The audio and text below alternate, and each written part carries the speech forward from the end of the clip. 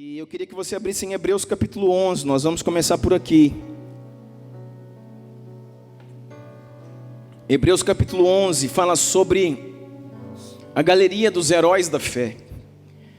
Vai falar sobre Abraão, vai falar sobre Moisés, vai falar sobre Sansão, vai falar sobre Gideão, vai falar sobre tantos homens de Deus. E por tudo aquilo que esses homens passaram, por aquilo que eles viveram, por aquilo que eles atravessaram, sem negar a sua fé, sem parar no meio do caminho, sem desistir no meio do caminho. E eu vou te dizer, irmão, se a palavra de Deus não é a nossa referência, então a gente pode deixar de caminhar. Porque muitas vezes nós buscamos referência, muitas vezes nós buscamos, sabe, um conselho de A, de B ou de C.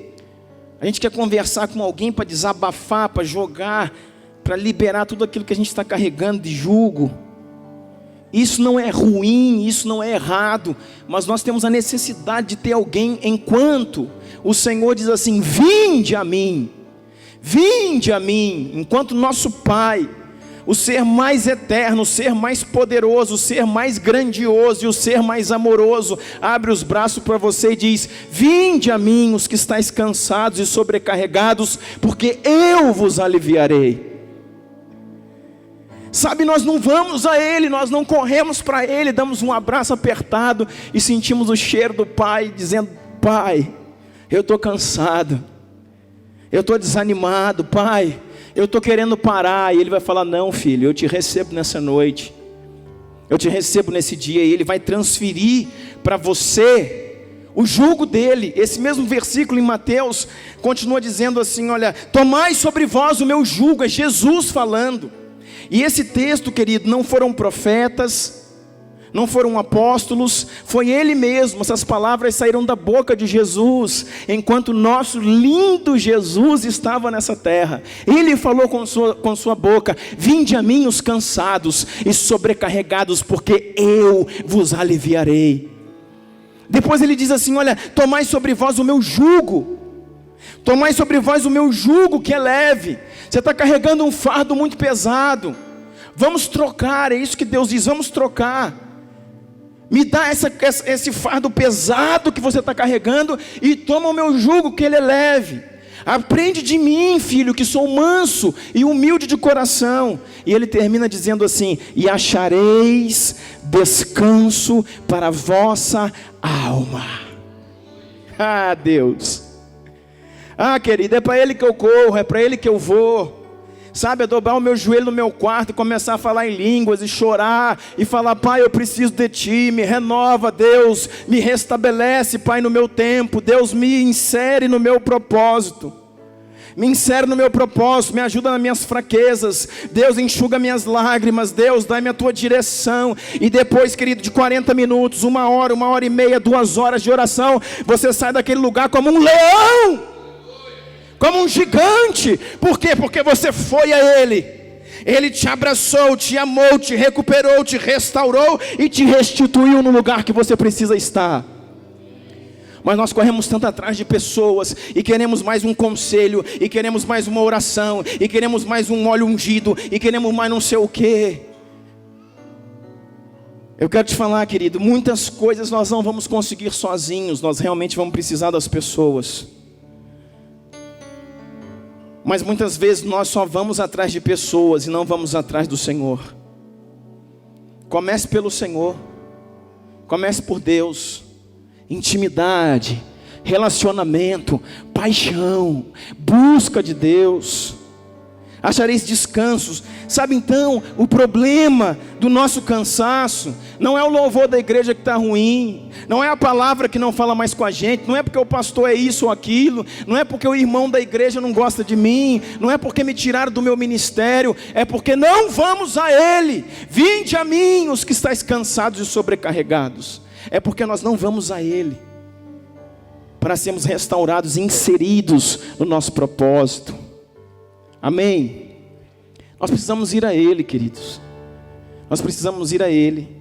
E Hebreus capítulo 11 fala de homens que nunca pararam. Homens que não carregavam dentro de si o Espírito Santo porque o Espírito Santo ainda não tinha sido liberado. Homens aqui, Hebreus 11, vai falar de homens da antiga aliança, de homens que caminharam, querido, por uma crença, que caminharam por uma convicção, que caminharam por uma verdade, sem ter o auxílio disso que se move dentro de nós, sem ter o auxílio do Espírito Santo, que a Bíblia diz que intercede por nós com gemidos inexprimíveis, sem ter o Espírito Santo que nos anima, que nos, nos edifica, que nos ajuda, que nos ensina, sem ter isso, Natan, eles caminharam, eles perseveraram. E Hebreus capítulo 11, verso 32, diz assim: que mais direi? Não tenho tempo para falar de Gideão, de Baraque, de Sansão, de Jefité, de Davi, de Samuel e dos profetas, os quais pela fé conquistaram reinos, praticaram a justiça, alcançaram o cumprimento de promessas, fecharam a boca de leões, apagaram o poder do fogo, escaparam do fio de espada, da fraqueza, eles tiraram forças, tornaram-se poderosos na batalha, e puseram em fuga exércitos de estrangeiros. Houve mulheres que pela ressurreição tiveram de volta os seus mortos, uns foram torturados e recusaram ser libertados, para poderem alcançar uma ressurreição superior, aleluia.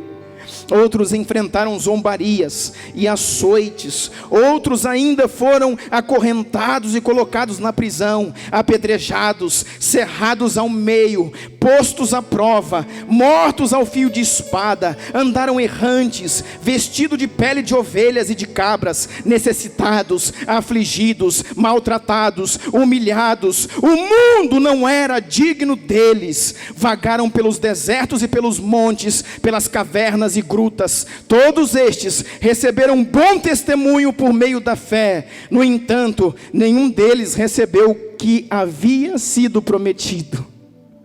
Deus havia planejado algo melhor para nós, para que conosco fossem eles aperfeiçoados. Jesus de Nazaré. Irmão, isso aqui é a palavra de Deus. É isso aqui que a igreja precisa ouvir. Diante disso, irmão, onde eu coloco o meu desânimo? Aonde eu coloco o meu cansaço diante disso, irmão? De homens que diz aqui que passaram fome, que foram humilhados, apedrejados, cerrados ao meio, perderam os seus filhos. De homens que passaram fome, de homens que passaram frio, de homens que está aqui, não sou eu que estou dizendo. E agora, querido, o que a gente faz?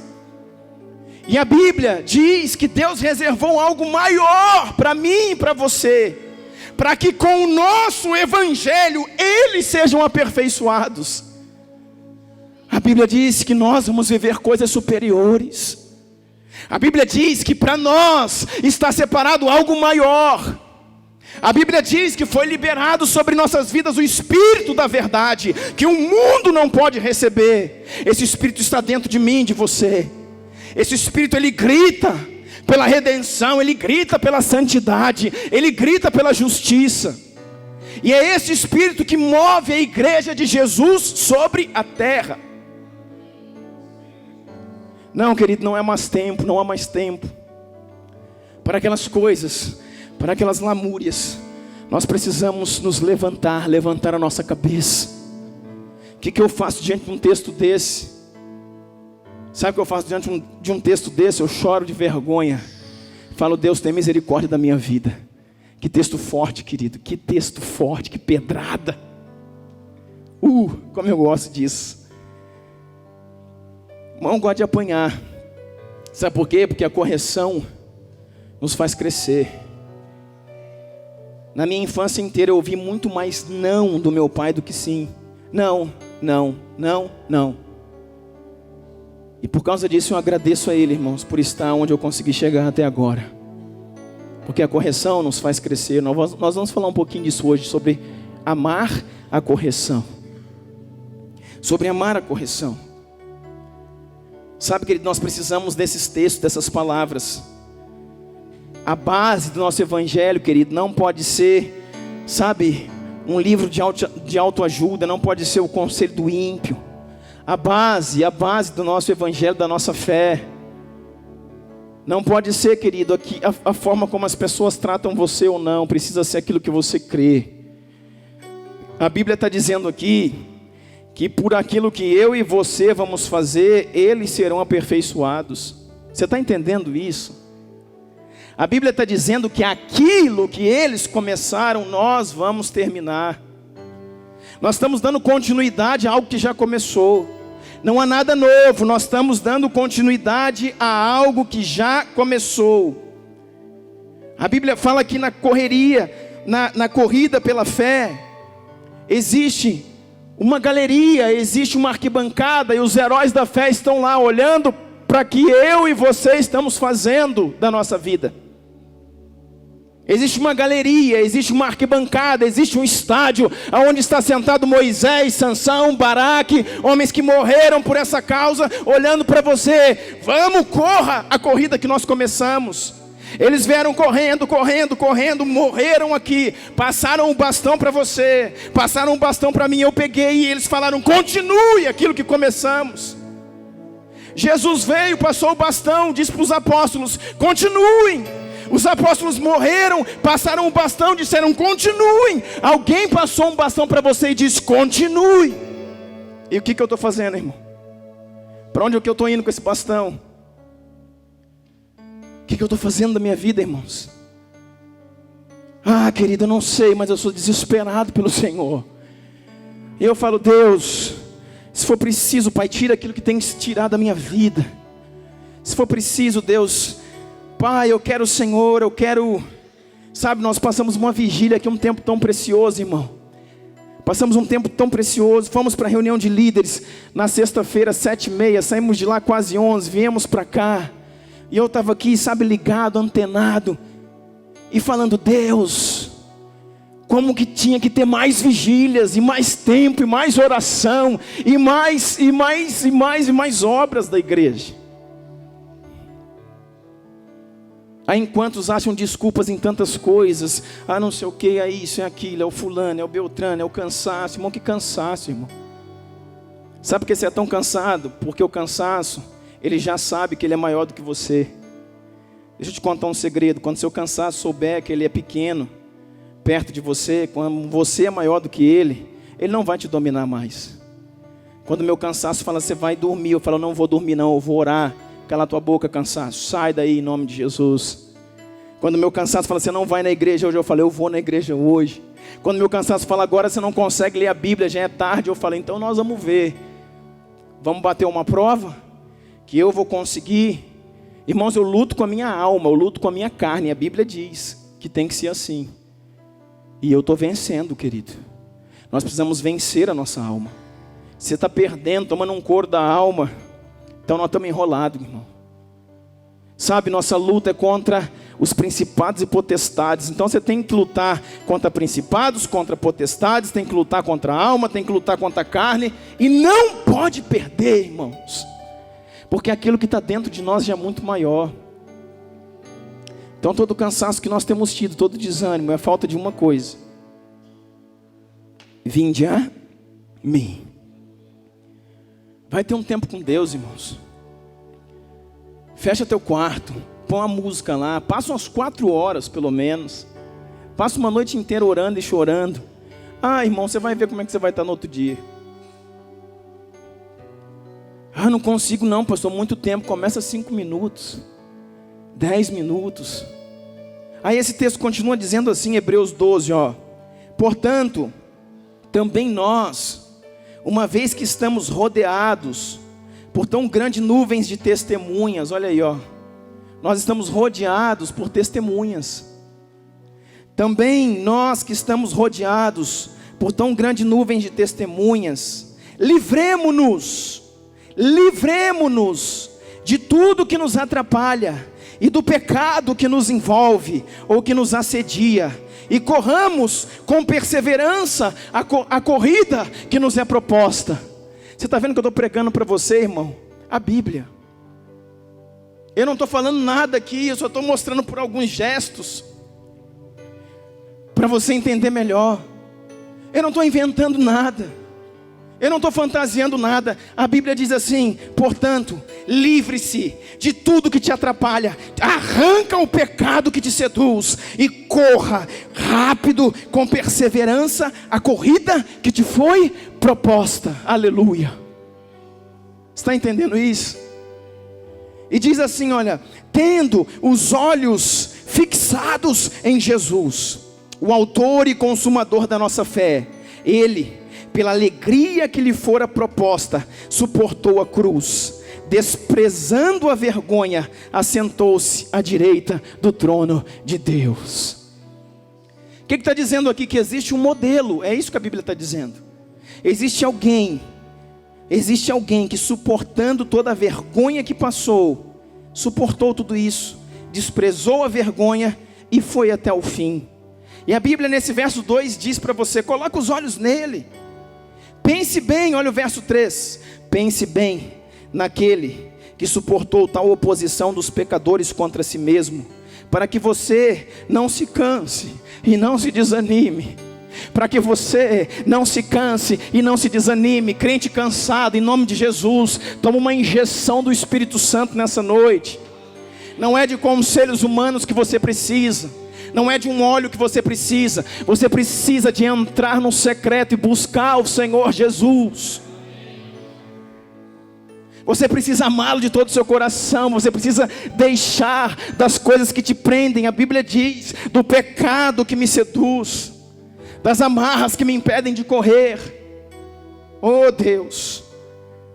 E diz aqui, ó: na luta contra o pecado, vocês ainda não resistiram até o ponto de derramar o próprio sangue.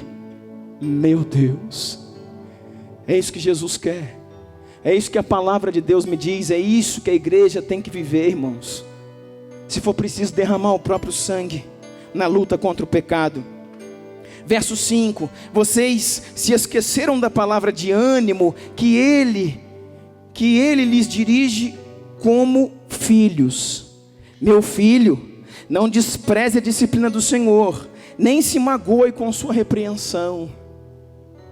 Ah, pastor, palavra dura. Ah, pastor, palavra dura, palavra dura, palavra dura. Irmãos, a Bíblia é dura. Irmãos, a Bíblia é o livro mais duro que eu conheço. Eu nunca li um romance, eu nunca li uma crônica, eu nunca li nenhum livro que fosse tão duro quanto a palavra de Deus. Sabe por quê? Porque essa mesma palavra diz que Ele corrige o filho que ama. Ah, ser amado de Deus, ser amado de Deus. Se você é amado de Deus, você tem que ser corrigido, cara. Sabe, eu sei, irmão, quando eu piso fora da linha eu já tomo uma. Lá! Quando eu piso fora eu já tomo uma. Sabe, querida, aí você pensa assim: todo mundo faz, eu posso fazer também. Vai fazer lá, irmão, para você ver o que vai acontecer. Vai fazer. Mas todo mundo faz, mas todo mundo só nega, mas todo mundo faz isso, mas todo mundo anda assim, todo mundo anda sem carteira, mas todo mundo vai fazer, irmão, vai fazer. Eu não posso, querido. Nos pequenos deslizes, irmãos, eu pisar fora eu já tomo na cabeça. Eu falo: Deus, mas tem injustiça comigo, hein? Está todo mundo aqui fazendo. Fala assim: eles não são meus filhos. Você é um filho que eu amo. Eu falo: obrigado, Pai. Por isso que eu amo a repreensão, irmãos. Talvez você esteja aqui pensando: mas todo mundo não é filho. Não, querido, não é todo mundo filho. Somente aqueles que são guiados pelo Espírito de Deus são filhos de Deus. Somente aqueles que aceitaram a Jesus mais do que como Salvador, como Senhor da sua vida, são filhos de Deus. O Espírito da verdade, que o mundo não pode receber. O mundo que não pode receber não são os animais, as plantas que não recebem. Quando a Bíblia diz que o mundo não pode receber, que as pessoas que estão no mundo e não são filhos, não podem receber o Espírito da verdade. Não são todos os homens e mulheres que têm o Espírito Santo. Apenas os filhos têm o Espírito. E os filhos com o Espírito, irmãos, eles serão corrigidos.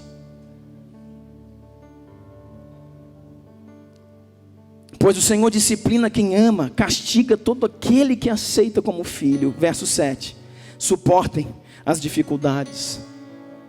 Verso 7, suportem as dificuldades, recebendo-as como disciplina.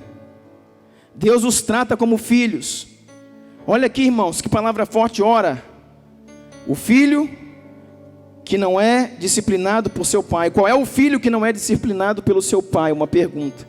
E o verso 8 diz assim: se você não é disciplinado, e a disciplina é para todos os filhos, então você não é filho legítimo, mas sim um bastardo. Não sou eu que estou dizendo não, irmãos, é a Bíblia. É a Bíblia, no qual o Senhor dessa palavra é o amor. E eu quero dizer para você, correção não é falta de amor.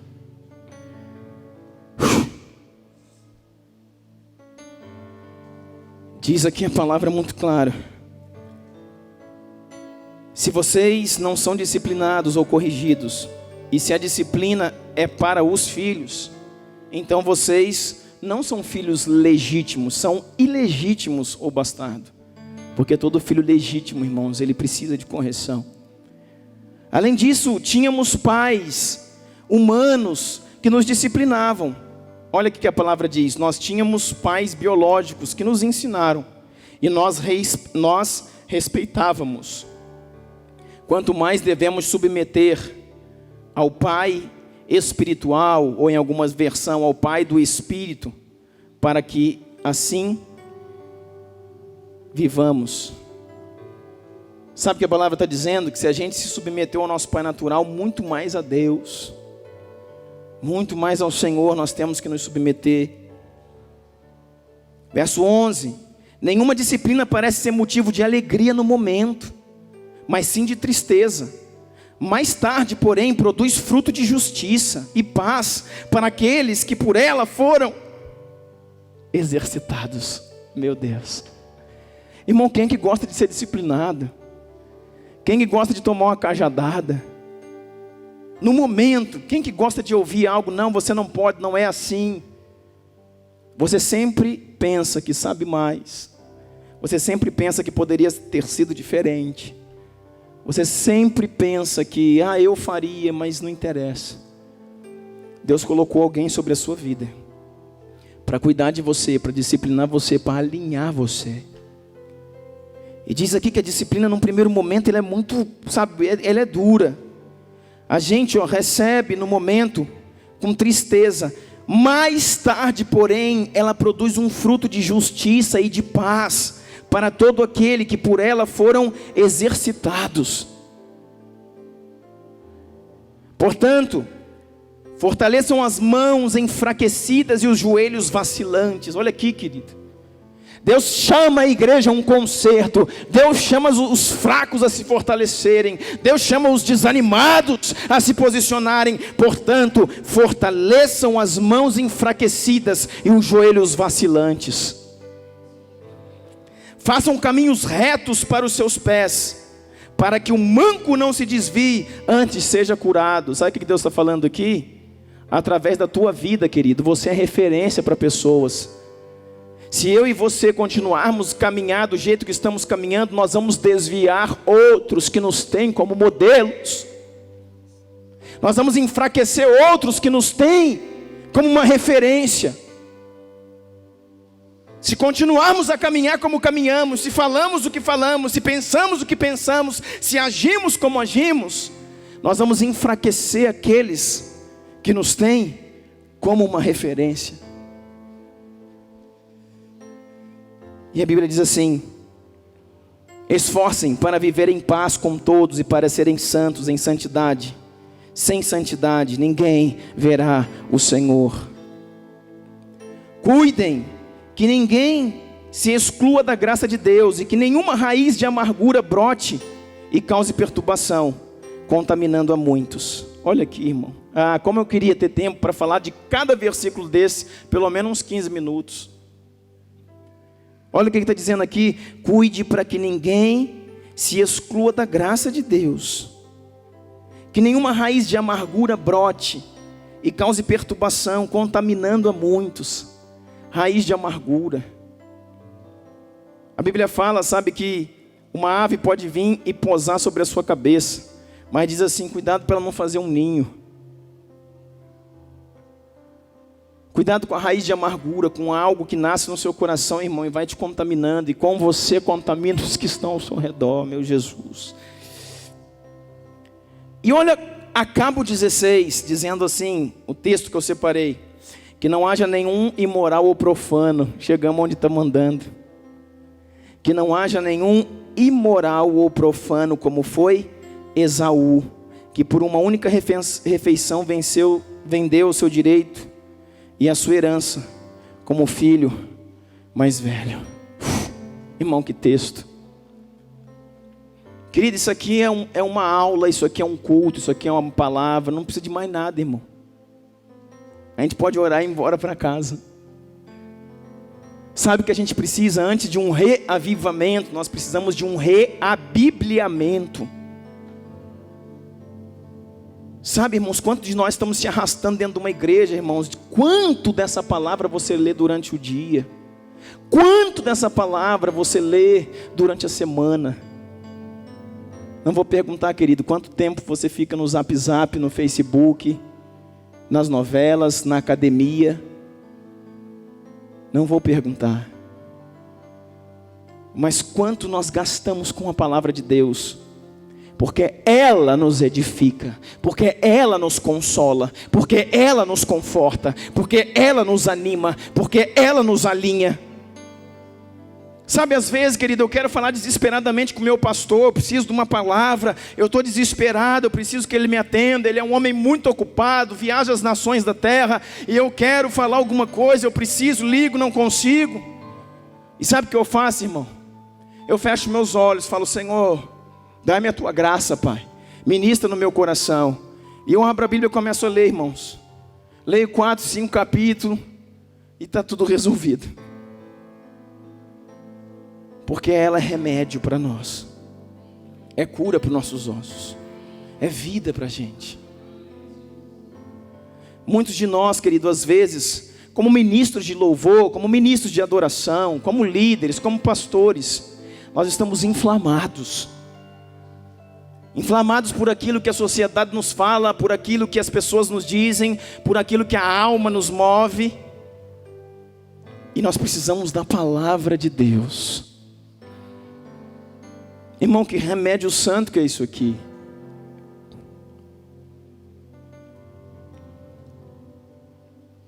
Provérbios, capítulo 12, abra para mim. Eu queria começar aqui. Nesse primeiro texto que lemos de Hebreus, agora eu quero passar para Provérbios, falando para você justamente sobre disciplina. Sabe qual é o maior problema da nossa geração? O maior problema da nossa geração é não amar a disciplina. O maior problema da nossa geração é não amar a correção. É sempre que somos corrigidos, exortados ou confrontados, porque por quem quer que seja, nos levantarmos contra isso. Sermos inflamados por vozes ao nosso redor, que não nos permitem honrar, que não nos permitem nos submeter. E Provérbios, no capítulo 12, verso 1, diz assim: todo aquele que ama a disciplina, ou todo aquele que ama a correção, ama o conhecimento, mas aquele que odeia a repreensão é tolo. Amém? Amém? Todo aquele que ama a correção, irmãos, quantos de nós amamos correção? Quantos de nós podemos falar, poxa, eu amo ser corrigido, eu amo ser exortado. Todo o que ama a disciplina, ou ama a correção, ele também ama o conhecimento, mas aquele que odeia, ou aquele que rejeita a repreensão, ele é tolo. Passa para o capítulo seguinte, Provérbios 13. Está falando nessas passagens todas sobre correção, sobre repreensão. Provérbios 13 diz assim: quem despreza a disciplina, olha aqui, irmãos, vê se não tem alguma coisa a ver com aquilo que a gente está vivendo, com aquilo que alguns de nós estão passando. Quem despreza a disciplina, ou quem despreza a correção, cai na pobreza, ou cai na miséria e na vergonha. Sabe por quê, querido? Muitos de nós, dentro de igrejas, uma vida inteira, nós não teremos recursos financeiros. Estou falando de dinheiro, irmão. Din-din, bufunfa, dinheiro. Sabe por quê? Porque rejeitamos a correção. Princípios espirituais que, irmãos, nunca serão quebrados. A terra, irmãos, a humanidade é regida por princípios espirituais. Por princípios espirituais. Por isso que a Bíblia diz: o meu povo está sendo destruído porque lhe falta o conhecimento. Conhecimento de quê? Do Zap Zap? Conhecimento de quê? De mais uma faculdade, mais um diploma, de mais uma língua. Conhecimento das Escrituras, conhecimento da palavra, conhecimento de quem nos criou, de quem nos formou, de quem nos projetou. Você quer saber como um computador funciona? Lê o manual.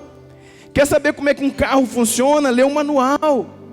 Você compra um aparelho novo, com aquele tanto de botão, não sabe nada como é que funciona aquilo, parece um monstro olhando para você. E você fala: como que faz isso? Aí o que você tem? Um manual de quem? Do fabricante. Aquele que fabricou, que projetou, também fez o manual. Aí você lê o manual, aí você sabe mexer. Existe uma televisão lá em casa, irmãos, uma Smart TV. A Karine que mexe mais nela, eu não sei nem ligar direito aquilo lá. Como é que conecta, desconecta, vai, passa por cabo, passa não sei aonde, puxa a internet. Sabe por quê, irmão? Porque eu não li o manual. E eu não sei fazer. Quando ela está lá, eu quero fazer algumas coisas, não sei fazer. Porque eu preciso ler o manual. Mas esse manual aqui, irmãos, eu estou lendo. Esse manual aqui eu estou lendo. Esse aqui eu tenho que dar um jeito, tenho que arrumar um tempo. Sabe? Por que muitos de nós dentro da igreja, irmãos? Eu quero dizer para você que dizimar, ofertar e primiciar são princípios sagrados. E vou falar para você, é o início, mas não é tudo. Tem mais princípio para prosperar, pastor? Lógico que tem, irmão. Um deles é: honra o teu pai e a tua mãe, para que te prospere e seja de longos dias sobre a terra. Ué, pastor, para ter dinheiro tem que honrar o pai e a mãe. Quer prosperar, irmão? A Bíblia diz assim: orai pela paz. Aonde? Em Jerusalém. Olha, tem que orar para um povo que eu nem sei quem que é lá do outro lado para prosperar. Tem. Mas eu não sabia. Por isso que o povo está sendo destruído, porque lhe falta o conhecimento. Aí aqui, e tem muito mais, olha os princípios aqui, Provérbios 13, 18. Quem despreza a correção ou a disciplina cairá na pobreza e na vergonha, mas o que acolhe ou o que recebe a repreensão receberá a honra, ou será honrado. Amém, gente? Pai, no nome de Jesus, eu repreendo, Pai, todo espírito, Senhor, todo espírito, Deus, todo espírito, Deus, de bloqueio, Pai, na mente, na alma e no espírito. Toda ação do sono, Pai, que vem nesses dias, mas vem como nunca, Senhor. Eu quebro, Pai, destruo, aniquilo, eu mando embora, Pai. Tudo aquilo, Pai, que faz a Tua igreja se acovardar, se diminuir diante do potencial que ela foi chamado, Pai. Eu repreendo isso em nome de Jesus. Em nome de Jesus. Você que está com sono, põe a mão na sua cabeça e fala: sai, infeliz. Eu quero vencer. Eu quero ouvir, eu quero escutar. Sabe por quê, irmão? Nós estamos diante de uma geração, vou falar a verdade para você, nós estamos diante de uma geração mais pobre do que já teve em todos os tempos. Não é só no Brasil não, mas principalmente no Brasil. De todo um povo, estou falando de uma nação inteira. Ah, pastor, na igreja, né, nós somos os filhos de Abraão, de Isaac, de Jacó. Existe uma promessa, pobre também, irmão, dentro da igreja, que passa uma vida inteira se arrastando. E eu quero dizer para você, querido, não ponha palavras na minha boca, não me tome, irmãos, por aquilo que eu não estou falando. Eu amo os pobres, e eu quero que eles prosperem, eu quero que eles conheçam a verdade. Mas sabe por que nós estamos diante de uma geração assim, irmãos? Porque está dizendo aqui, ó, quem despreza a correção vai ser sempre pobre. E nós estamos diante de uma geração mais rebelde que já existiu em toda a terra. Nós estamos diante de uma geração, irmão, com cerviz, como eu disse na quinta-feira, cerviz metálica. A Bíblia dizia assim, ó, o meu povo tem dura cerviz. Vai lá olhar na Bíblia que você vai ver isso inúmeras vezes na antiga aliança. O meu povo tem dura cerviz. Cerviz fala da coluna vertebral. Fala aqui do pescoço, ó, da cervical, coluna cervical. Isso aqui é cerviz. Quando uma pessoa não se dobra a alguma coisa, quer dizer que ela tem dura cerviz. A cerviz hoje, querida, é de ferro, é de aço. Precisa vir um anjo com maçarico para botar fogo lá e derreter, para poder a cabeça baixar. Sabia disso? E por causa disso, querido, que o povo perece. Porque o Senhor falou, quem ama a repreensão, quem nunca obedeceu pai e mãe, quem não obedece patrão, quem não obedece chefe, quem não obedece pastor, quem não obedece guarda de trânsito, quem não obedece irmão, vai ser pobre. Sabe, irmãos, eu estou cansado de florear a palavra de Deus. O Senhor não me chamou, irmão, para passar perfume. Eu quero expor para você os princípios e os conceitos que um dia eu tenho recebido na minha vida e tem mudado a minha história. Irmão, sabe por que eu amo o culto de quinta-feira, a escola? Porque para ministrar nas quinta-feiras eu preciso estudar mais do que para falar em qualquer outro culto. E cada vez que eu estudo, irmãos, sou eu que estou sendo abençoado, sou eu que estou sendo mudado, sou eu que estou sendo disciplinado. A cada mensagem que eu venho trazer para vocês, Deus já me bateu tanto, mas me bateu tanto, Deus já me fez crescer tanto, porque a palavra nos faz crescer, nos faz mudar, nos faz avançar. Aleluia, glória a Jesus. Então está dizendo aqui, quem despreza a disciplina cai na pobreza e na vergonha. Quantos filhos de Deus envergonhados no seu trabalho, na sua casa, nas suas finanças.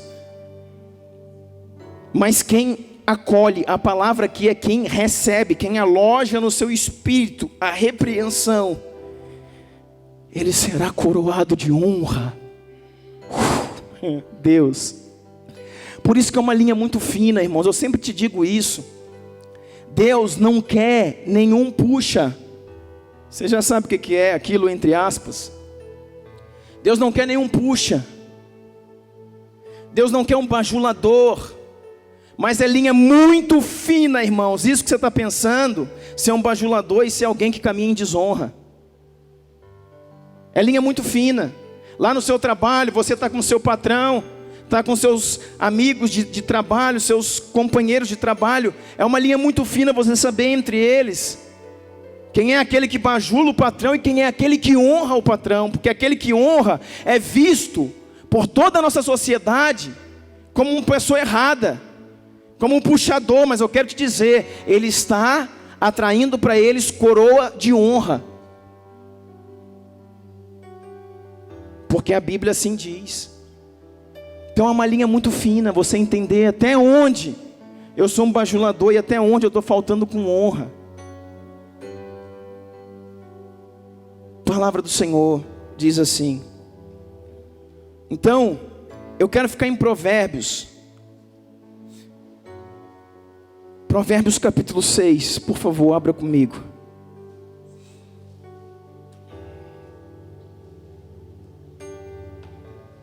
Nós falamos aqui na quinta-feira sobre Gênesis 37 e sobre a figura de Judá. Amém? Então nós falamos sobre identidade. Queridos, tantas pessoas são feridas, tantas pessoas elas não conseguem viver num ambiente de igreja. E a palavra que tem aí é porque o fulano, é porque o fulano não falou com ela, é porque o fulano não visitou, é porque o fulano, sabe, que namorou, que deixou. Não, irmãos, não é isso não. Muitas vezes nós não ficamos num lugar, irmãos, porque não aguentamos a ação do Espírito naquele lugar. Não aguentamos o nível de palavra que está sendo liberado sobre aquele lugar. Assim foi com Judá. Judá, ele morava na casa do pai, ele tinha a sua casa. Judá era filho de Jacó, então ele estava lá na sua casa, tranquilo, comendo, bebendo, dormindo no meio dos seus irmãos. E o pai dele era Jacó, aquele que abriria as portas geracionais de Israel. E sabe o que diz a Bíblia? Que ali eles invejaram um irmão chamado José, que era o irmão mais novo até então. Eles tiveram inveja, e porque os irmãos tiveram inveja, eles tramaram, vamos matar. Depois desistiram de matar, vamos vender, e venderam o irmão. Olha aqui, eu quero que seja muito claro isso. Eu não vou pregar de novo, eu só quero que você entenda a aplicação para o que eu vou falar agora depois. Eles cometeram um pecado. Eles quebraram uma lei. Primeiro, encheram o seu coração de inveja. Eles queriam algo que não era deles. Eles foram tomados pelo engano, pela corrupção, tomados pela inveja. Segundo, eles venderam o seu irmão. Pegaram o irmão mais novo e venderam. Você está entendendo? Aí o que ele faz? Volta para casa. A casa é a casa do pai. A casa do pai é a figura da igreja, irmãos. Aí esse homem agora, Judá, que volta para a casa do pai. Só que o que está no coração dele? Engano. O que está no coração dele? O peso do seu pecado. O peso do seu erro. E quando ele volta para a casa do pai, o pai está aqui ministrando. O pai está aqui ministrando. Deus está aqui ministrando na casa do pai. O próprio pai biológico, Jacó, está ministrando sobre os filhos. E agora ele não aguenta mais permanecer ali, porque existe uma ação do Espírito Santo movendo, e ele está encobrindo algo na vida dele. Sabe, querida, quando nós viemos para a igreja e existe um jugo dentro de nós, não é pelo que o A falou, pelo que o B falou, pela repreensão do pastor, não é, irmão, é por aquilo que a gente está carregando dentro de nós. Iniquidades, mentiras, prostituições, pornografias, mentiras, relações ilícitas no namoro. Aí você vem carregando aquilo, é um peso, é um jugo na sua vida, vai ficando cada vez mais pesado de andar, cada vez mais. Aí você chega na casa do pai e existe uma ação espiritual aqui. Aí você apanha, irmão, igual. E aquilo que está dentro de você não resiste. Não resiste. E eu preciso fugir daqui então. O lugar que era para ser bênção para mim, o lugar que era para ser bálsamo, salvação, alívio, virou peso. Porque quando eu entro aqui carregando um jugo, eu sou confrontado. Porque aqui, querido, nós não vamos alisar o seu pecado. E quando eu falo aqui, não é essa igreja porque ela é muito boa. Não é essa placa porque ela é muito diferente. Eu estou falando da igreja do Senhor Jesus. Igreja verdadeira, igreja genuína. Ela não vai passar a mão em cima dos seus pecados. Aí você entra pesado, cheio de coisa, desonra dentro de casa, insubmissão aos pais, insubmissão ao marido, afronta o marido, afronta a esposa, trata mal os filhos. Aí você vem cheio de peso, consegue nem andar. Ah não, aquele culto está muito ruim. O pastor fala demais, é 2 horas de culto. Sabe o que faz isso, irmãos? É o peso daquilo que está dentro de você. Te peguei, né? Você deve ter falado isso hoje lá.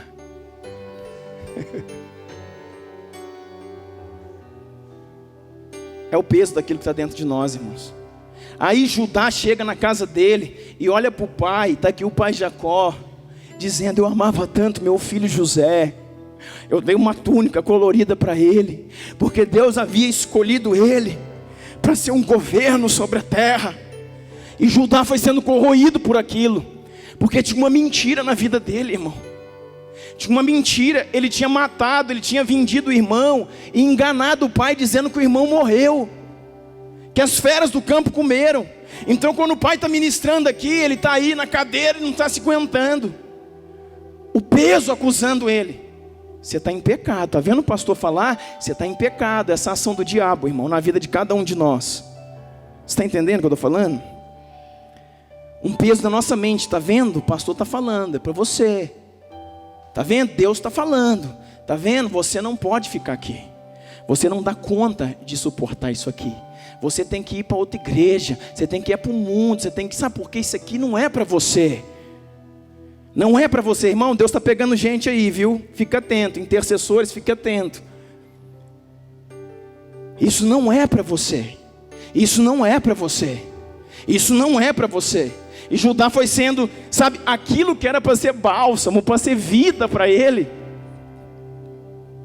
virou um peso muito pesado. É isso que acontece, querido, na maioria das pessoas que se afastam do arraial do Senhor.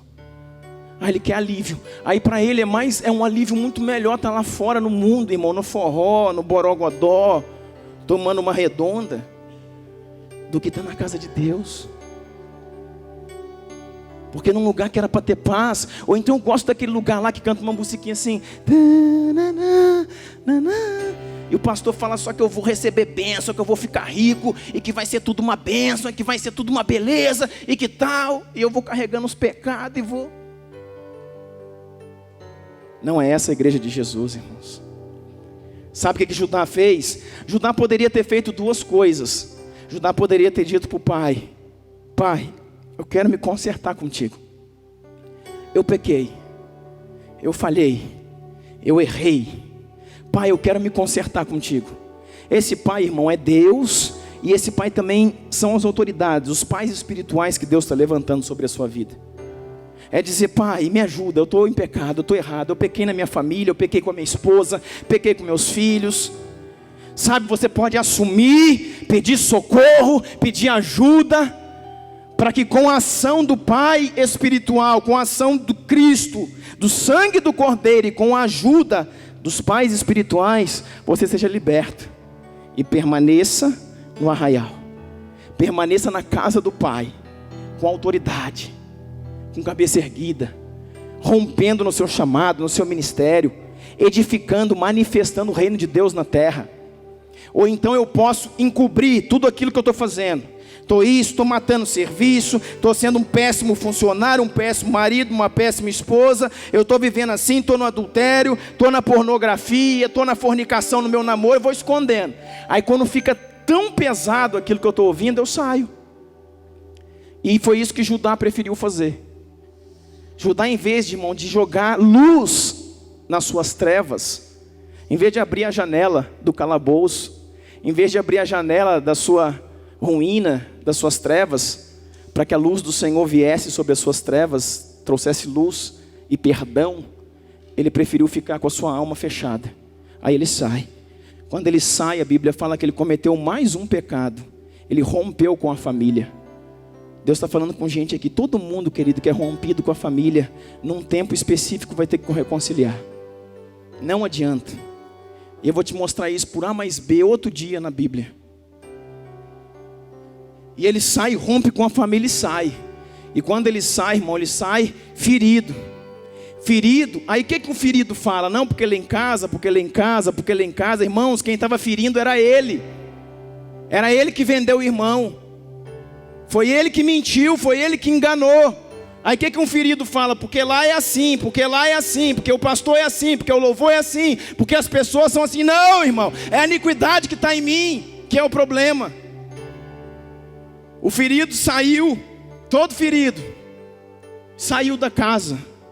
Aí todo ferido está procurando um alívio, todo ferido está procurando, sabe o que? Um braço aberto, dizendo: vem cá, meu amor. Aí sabe quem ele achou, irmãos? uma mulher fora do arraial, o espírito de prostituição, que abraça ele e fala: vem cá, dorme nos meus braços. Uma mulher cananeia de um outro povo, no qual ele sabia muito claramente que Deus ordenou que ele era filho de Israel e não podia se ajuntar com jugo desigual. Que Deus trouxe claramente para Israel: isso está na lei, isso está no novo, está no antigo. Você não pode se ajuntar com jugo desigual. Você não pode ser uma carne só com pessoas que servem outros deuses. Irmãos, isto é extremamente claro na palavra de Deus. Ele se dá à prostituição. Judá, ele se envolve com uma mulher chamada de Sua, uma mulher que era filha dos cananeus, e quando ele se envolve com ela, ele começa a gerar nela, essa mulher engravida, e começa a gerar os filhos da morte. Ele abriu um portal espiritual para uma trilha de morte na sua casa. Você está entendendo isso? Nesse relacionamento, a Bíblia fala que ele entrou. A Bíblia fala isso quando tem relacionamento sexual. E entrou ele a ela. Eles tornaram uma só carne. Um filho da luz e uma filha das trevas. E concebeu aquela mulher os filhos da iniquidade. E ela teve 3 filhos. Qual que eram os filhos? Onã, Selá. E sabe o que aconteceu? Deus matou o primeiro filho. Passou um tempo, Deus matou o segundo filho. Passou um tempo, Deus matou a esposa dele, chamada Sua. E foi matando, irmão. Sabe o que é isso? Espírito de morte liberado sobre um portal aberto de alguém que está fugindo fora da casa do Pai, fora do seu chamado, fora daquilo que Deus reservou para ele. E está aí andando e gerando morte. Aonde ele passava é morte. Aonde Judá chegava era morte. Ia morrendo. Até que ele chega e se envolve com a sua nora, Tamar. Ele conseguiu prostituir com a sua nora. E quando ele tomou a sua nora, o espírito de prostituição, irmão, porque a nossa luta não é contra a carne e contra o sangue. Então não foi a mulher, a nora. Foi o espírito daquilo que estava nela, o espírito de prostituição, o espírito de imoralidade. Tomou dele, saqueou dele, tirou dele o quê? O anel, o cajado e o cordão.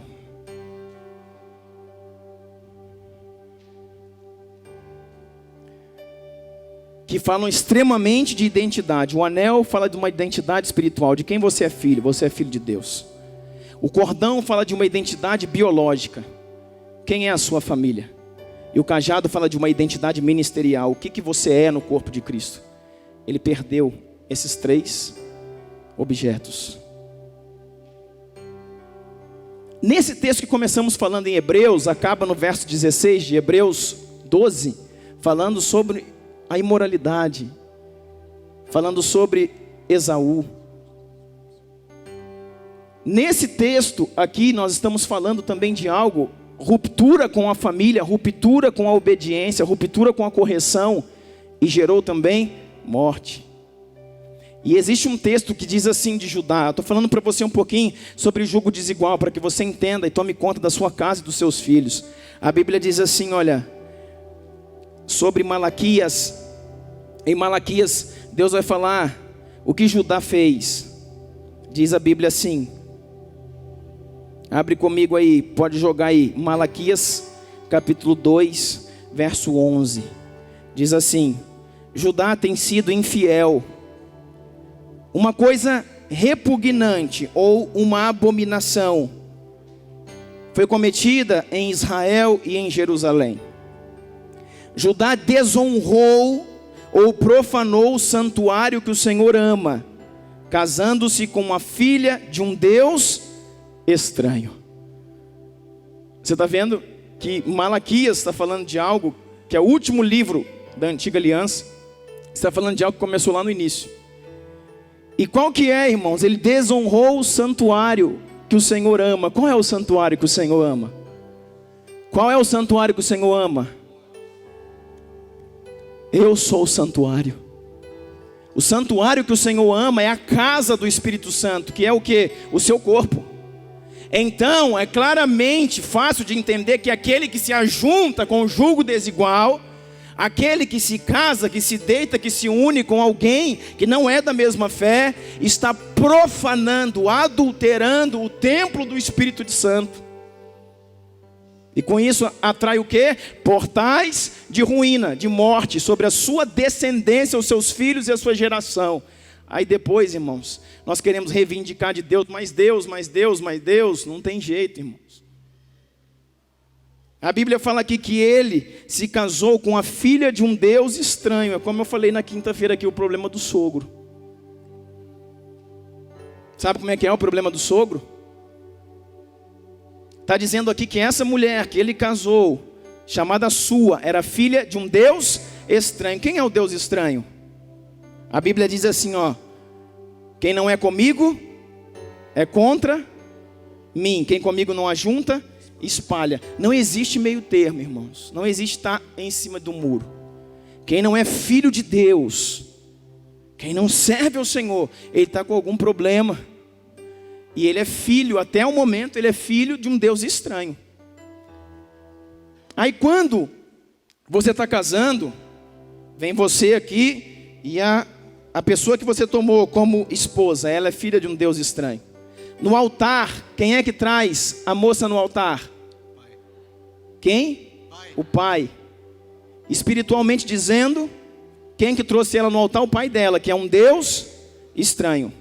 Na hora de consumar o casamento aqui, diante do altar, existem testemunhas, e as principais testemunhas são os pais. Aí tem aqui a testemunha do lado de cá, que é o pai do moço, Deus, e o pai da moça, um Deus estranho. Então você está fazendo uma aliança diante de um Deus estranho. Aí quando casa, aí você chega em casa, lua de mel, e começa os primeiros meses, sabe, falta isso, falta aquilo, começa problema, confusão, briga. Aí a gente vira crente. Quando a gente vira crente, a gente começa a repreender. Pode sair, no Satanás, te repreendo. Vai embora, sai, Satanás. E ele fala assim: sai o quê, rapaz? Você casou com a minha filha? Essa casa aqui também é minha. Eu tenho direito também sobre a sua geração, sobre os seus netos, sobre a sua casa. Porque você casou com a minha filha, eu sou sogro. Eu posso entrar aqui, dormir aqui, não vai receber o sogrão não? Aí, irmãos, vai comer o pão que o sogro amassou.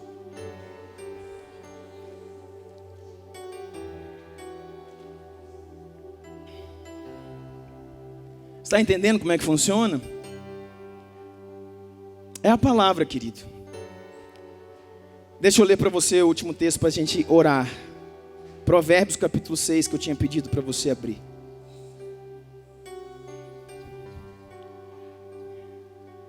Provérbios capítulo 6. Eu ainda estou falando sobre amar a correção. E dentro das correntes que a gente andou aqui hoje, das linhas, o foco dessa mensagem é amar a correção, amar a disciplina. O que eu falei para você? O maior mal que estamos vivendo no tempo de hoje é porque essa é uma geração, irmão, que não ama a correção. É uma geração que se levanta contra a correção. Provérbios capítulo 6, no verso 20 diz assim: meu filho, obedeça os mandamentos do seu pai e não abandone o ensino de sua mãe. Olha a palavra: meu filho, obedeça os mandamentos do seu pai e não rejeite o ensino da sua mãe. Está falando de pais e mães biológicos. Sabe por que muita gente não aguenta a igreja, irmãos? Porque tem gente com problemas seríssimos, seríssimos de família. Tem gente que odeia o pai, que odeia a mãe, que odeia não sei quem, que está dentro do arraial, na casa do pai. Aí ele vai sendo ministrado como nós estamos ministrando hoje. Você precisa consertar com seu pai e com sua mãe. Você precisa. A pessoa não se abre a isso. Porque não se abre a isso, ela prefere fugir da casa de correção, da casa de exortação. Aí quando está fugindo, encontra alguém: olha, para onde você está indo? Não, é porque lá assim, lá assado, lá isso, lá aquilo. Não é lá, irmão, é aqui o problema. Você está entendendo? Está entendendo? E é fugir, irmão, sair do que Deus está fazendo. Você vai encontrar os braços abertos da mulher estranha. Você vai encontrar um homem sedutor. Você vai encontrar alguém para te abraçar e falar, não, pode ficar aqui e tal. E você vai abrir um rastro de morte sobre a vida da sua casa. Meu filho, obedeça o mandamento do seu pai e não abandone o ensino da sua mãe. Aí diz assim, amarre sempre junto ao coração e ate-os ao redor do pescoço. O que você está amarrando no coração e ao redor do pescoço? Os mandamentos do seu pai e os ensinos da sua mãe. Amém? Você precisa fazer o que com isso? Amarrar como um colar no seu pescoço. Olha aqui, olha para mim, presta atenção. Quando você andar, eles o guiarão. Eles quem? Os mandamentos e os ensinos. Quando você andar, eles o guiarão. Quando você dormir, eles estarão te protegendo. Quando você acordar, eles falarão com você. Oh glória! Quem que vai fazer isso? Os ensinos e os mandamentos dos pais. Veja isso profeticamente, o pai é Deus, a mãe é a igreja. Aquilo que você tem recebido na sua igreja vai falar ao seu coração. Aquilo que você está recebendo na sua igreja vai ser o quê? Guia, vai ser o quê? Proteção e vai ser revelação. Olha aqui que coisa tremenda, quando fala assim, eles te guiarão. Guiar fala de dar destino. Ou seja, estamos terminando, escuta, só tem destino quem é submisso. Só tem destino quem honra autoridades, quem honra pai e mãe, quem honra líderes que Deus constituiu. Só tem destino quem não tem cerviz de aço, quem se dobra diante de correção. É mais uma coisa, ó. Eles os guiarão, destino. Quando você dormir, eles te protegerão. Só é protegido aquele que honra. Só é protegido aquele que obedece o pai, a mãe, que obedece o patrão. Diz aqui, ó. E quando você acordar, o ensinamento do pai e da mãe, ou seja, de Deus e da igreja, o ensinamento dos seus pais biológicos, eles vão falar com você. Os ensinos vão falar. Isso fala de revelação. Tem gente que não tem revelação nenhuma, irmãos. E isso expressa a pessoa que caminha em desonra, quebrando os princípios e não se submetendo. Isso fala de nós quando em momento algum da nossa vida ouvimos a ninguém, não respeitamos, não andamos naquilo que está sendo nos direcionado. Pois o mandamento é lâmpada e a instrução é luz. Olha aqui, olha onde vai cair esse texto. Pois o mandamento é lâmpada e a instrução é luz. E as advertências da disciplina são o caminho que conduz à vida. Vai olhando, querido, vai olhando. Eles, quem? Os ensinos, o protegerão da mulher imoral. Escuta o que eu estou te falando. Quem é a mulher imoral?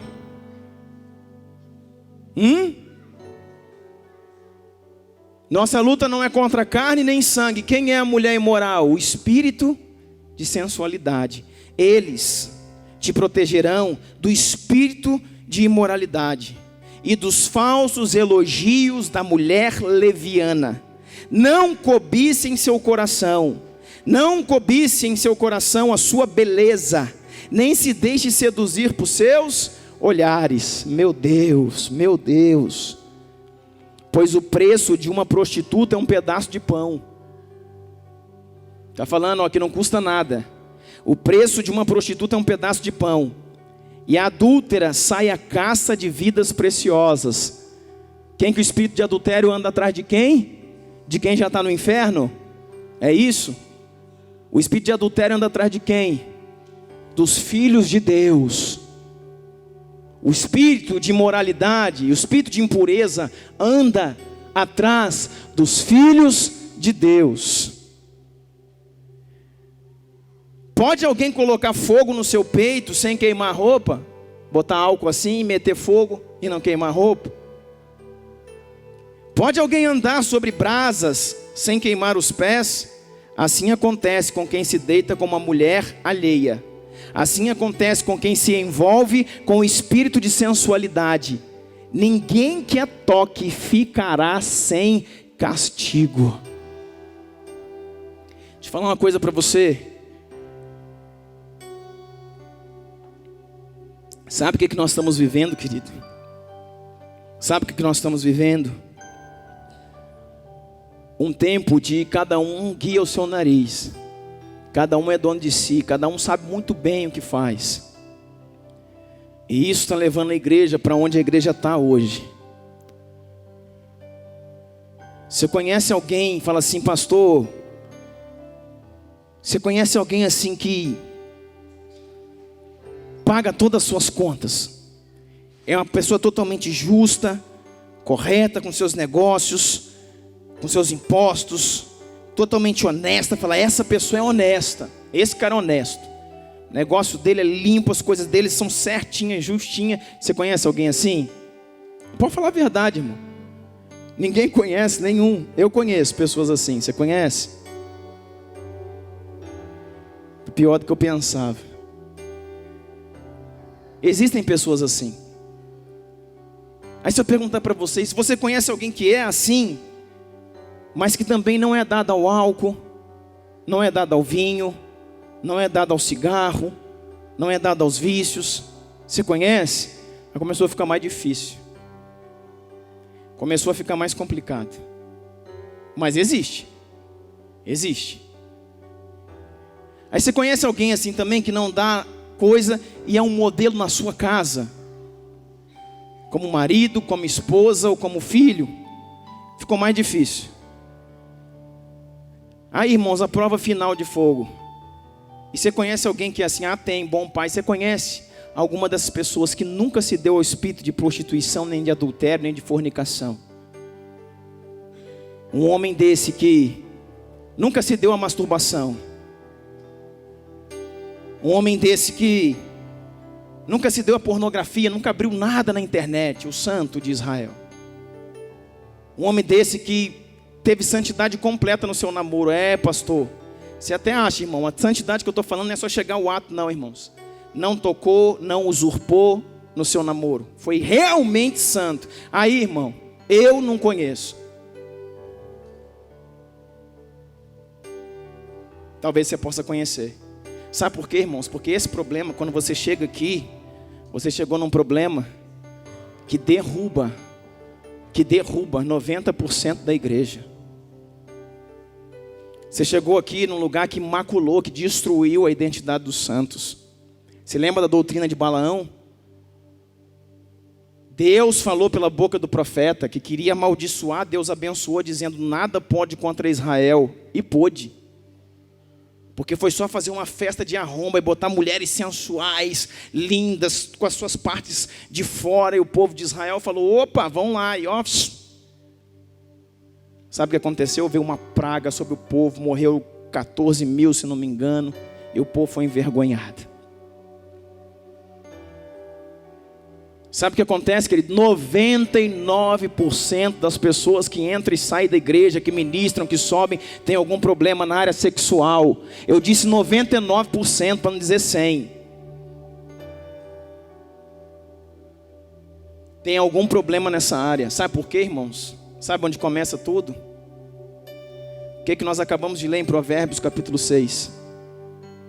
Que aquele que não honra, aquele que não se submete, aquele que tem pescoço de ferro, ele vai ser facilmente tragado pelo espírito da sensualidade.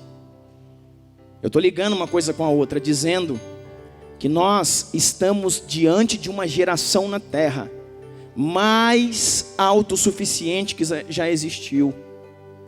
Nós estamos diante de uma geração mais insubmissa, de uma geração mais senhor e senhora de si, mais ninguém me manda, eu que sei. E por causa disso, espiritualmente, está dizendo, não ata no seu pescoço os ensinos do pai e da mãe. Não obedece pai em casa, não obedece mãe em casa, não obedece a Deus nem à igreja. E sabe o que acontece? Abriu a brecha. Qual que é a principal dela que diz ali? O espírito da sensualidade, da prostituição, da impureza, está te esperando. Aí a gente se envolve com ele. Quando se envolve com ele, a Bíblia diz, botou fogo no seu peito, botou fogo na sua roupa, e diz assim, não tem um que toque nesse espírito, que não será cobrado pelo Senhor. Aqui eu termino ligando aquilo que eu queria passar para você. Estou falando nas quintas-feiras sobre os pecados sexuais. Não é especificamente disso que eu estou falando nessa noite. Eu estou ligando só uma coisa com a outra, mas eu estou falando nessa noite sobre amar a correção, sobre receber a disciplina, a correção por parte de Deus, sobre me curvar, obedecer, escutar alguém, seguir disciplina, seguir conselhos, dizer não à minha vontade, dizer não àquilo que eu quero fazer, dizer não àquilo que eu acho, não ser um influenciador, um contaminador no meio do arraial. Dizer, Deus, eu me submeto à tua disciplina, eu me submeto à tua autoridade, eu me submeto às direções dos homens que o Senhor colocou sobre a minha vida. Isso é um dos fatores que vai sarar a igreja da onda de impureza que a igreja de Jesus entrou. Pastores por todo lado pipocando, adultério nos casamentos, homem deixando esposa, esposa deixando homem, homem com 40 anos de casamento deixando esposa, casando com a mulher de 18, 20 anos. Vai lá na internet, irmão. Sabe por que acontece isso, irmão? Porque eu não estou falando de A, B ou C, eu estou falando porque nós temos pescoço de ferro. Porque nós não nos submetemos à correção e abrimos uma janela para o espírito da impureza. E eu falei aqui, quantos por cento eu falei? 99%, ou seja, irmãos,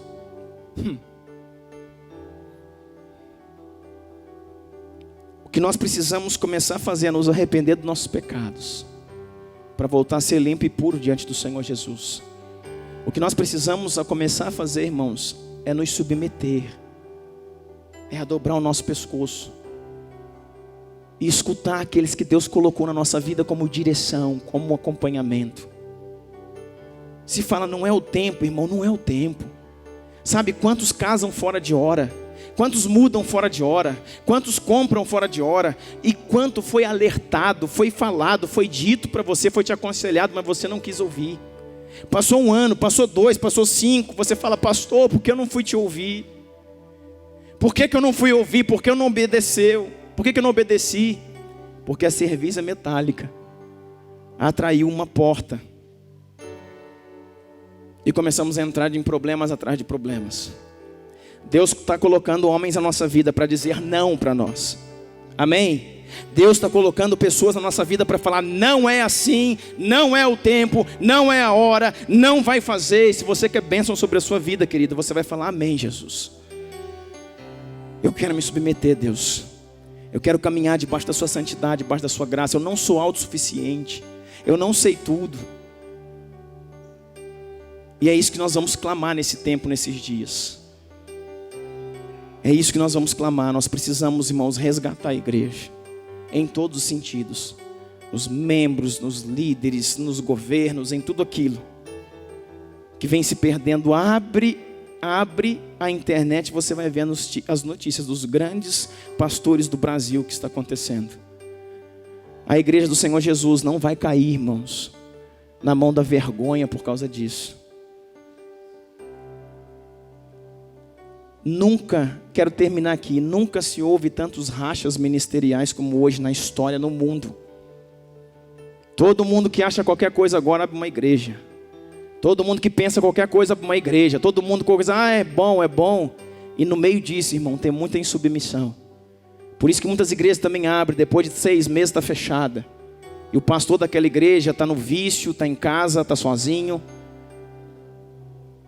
Sabe por quê, irmãos? Nunca se abriu tanta igreja. A gente pensar que bom não, irmãos. Nunca se rachou tanto. Por quê? Porque ninguém se submete mais a nada. E a igreja virou vergonha. Nós vamos orar e pedir perdão a Deus por isso nessa noite. Em nome de Jesus, feche seus olhos.